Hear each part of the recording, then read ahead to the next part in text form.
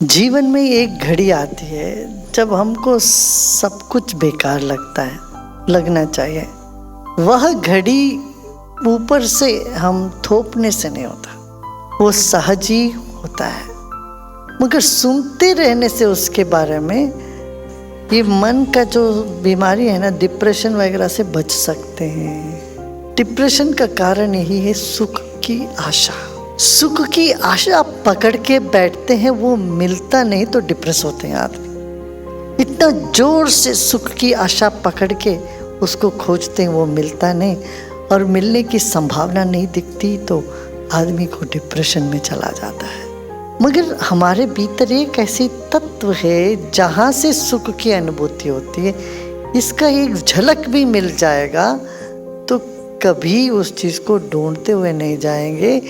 फिर एक अलग ही आयाम पर जीवन चलने लगता है। देखिए, पहाड़ में रहने वालों के लिए पहाड़ में कोई इतना आनंद नहीं मिलता। कब मिलता आनंद?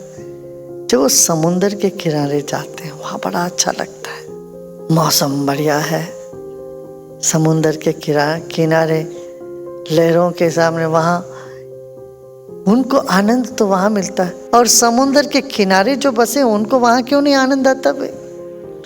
नहीं आता है। उनको आता है पहाड़ों में। अरे बर्फीली पहाड़ जब होता है, वहाँ बर्फ़ गिरता है, चलो दौड़ो, कुल्लू मनाली हिमाचल प्रदेश चलते हैं, वहाँ जाते हैं। वहाँ उनको वाह कितना सुंदर है, सुंदरता का अनुभव, सुख का अनुभव इस परिवर्तन में ही मिलता है।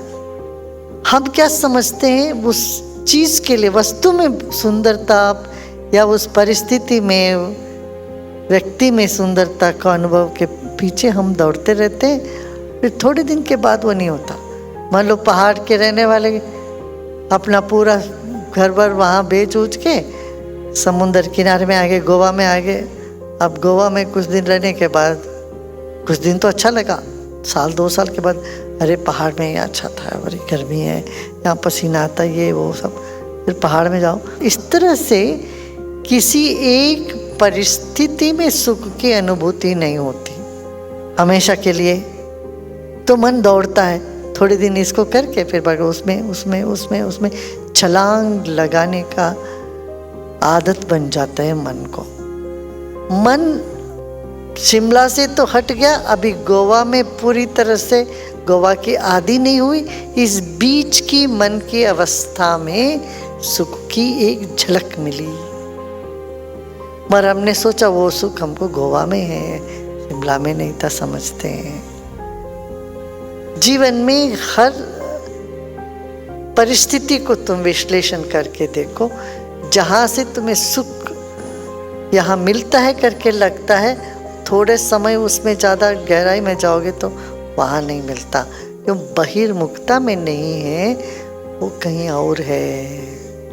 जैसे लोग पार्टनर बदलते रहते हैं, एक पार्टनर के साथ बड़े मेरे लिए तू, तेरे लिए मैं, be made for each other करके, अरे तेरा बिना जी नहीं सकता हूँ, प्रेम में पड़ जाएंगे। बस 6 महीने साल भर में बाप रे मैं क्या गलती कर बैठा, इनके साथ तो कभी नहीं रह सकता हूँ, ऐसे होने लगता हूँ। मन की जो बहिर्मुखता है, मन का स्वभाव है, और बहिर्मुखता में जाके सब जगह ठोकर खा के जब थक जाए मन, तब अंतर्मुखी होने के सिवाय कोई रास्ता ही नहीं हो उसको। तब भी यदि अंतर्मुखी हो जाए तो तर जाएंगे। बुद्धिमान क्या देखते हैं? चारों ओर देखते हैं, सब लोगों का अनुभव अपना अनुभव मानते हैं, फिर ठोकर खाने की ज़रूरत नहीं है, उसके बगैर भी वो ये सब में कोई रस नहीं है करके अंतर्मुखी होते हैं। तब जानता है अरे मैं सुख देने के लिए आया, मैं सुख मांग के फिरने के लिए नहीं आया। दुनिया में हम क्यों आए? अरे सबको सुख देने के लिए आए। सुख मांगे फिरो, मार खाओगे।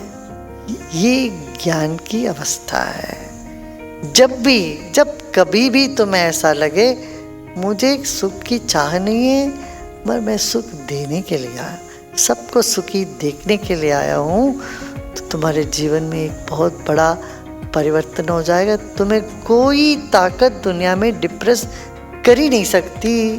नहीं तो डिप्रेस हो जाओगे इस चीज को लेके, उसको लेके, उसको लेके, उसको लेके। ये सोचना चाहिए हम सेवा करने के लिए आए हैं। सेवा करने से फल क्या मिलेगा ये मत सोचना, सेवा ही फल है। सेवा करने का एक मौका मिला, यही फल है।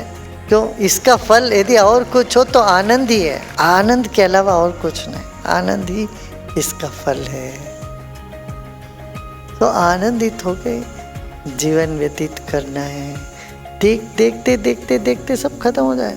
इसलिए ये नहीं है जी, वो नहीं है जी, वो वैसा है, ये वैसा है, ये मेरे को देखा, वो नहीं देखा, ये सब दुनिया भर की शिकायतें हमारे दिमाग में जो घुस जाता है, इससे हम खुद भी दुखी रहते हैं, औरों को दुखी करते रहते हैं। पतंजलि महर्षि कहते हैं ये सब ठीक है, मगर सिद्धावस्था में जब तुम पक्के हो जाओगे तब तुमको लगेगा सर्वमेवं दुक्खम विवेकिना।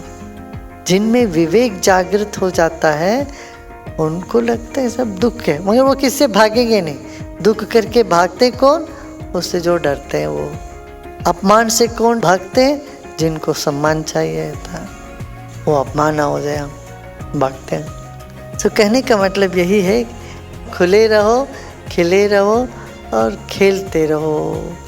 जीवन एक खेल है।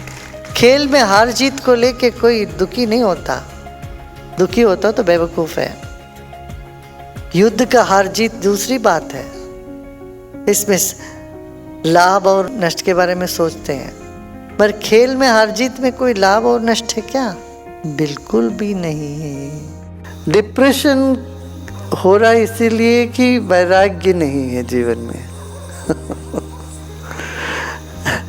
लगता है बिल्कुल विपरीत है। जहाँ वैराग्य होता वहाँ डिप्रेशन का कोई गुंजाइश ही नहीं है। तो वैराग्य माने उदासीपन नहीं है। हर चीज से थोड़ा मन को हटाओ, थोड़ा सा साक्षी भाव जितना आता है तो फिर डिप्रेशन कैसे होगा? जीवन में नीरसता छा जाती है और जब जड़ता आ जाती है तो साथ साथ डिप्रेशन ही होता है। बहुत ज्यादा भोग में जाएंगे तो जड़ता आती है। देखो, बहुत ज्यादा खाना खाओ, क्या लगता है उसके बाद? सुस्ती लगता है, पड़े रहो, लगता है कि नहीं? इसी तरह से एक दिन 2-3 सिनेमा देख लो, 2 सिनेमा एक दिन देख लो, क्या लगता है उसके बाद? सो जाए, ऐसा लगता है ना? तो इस तरह से चाहे वो संभोग हो, भोग हो, खाने पीने की चीज हो, जिस भी चीज को अधिक करते हो बहुत ज्यादा, तो वो जड़ता में तुमको ले जाता है। और जड़ता से नीरसता, नीरसता से फिर डिप्रेशन। इसलिए लिमिटेड थोड़ा सा खाना खाओ जितना चाहिए, तो शरीर में चुस्ती रहती है, स्फूर्ति रहती है। ज्यादा खाओगे तो जड़ता आ जाती है।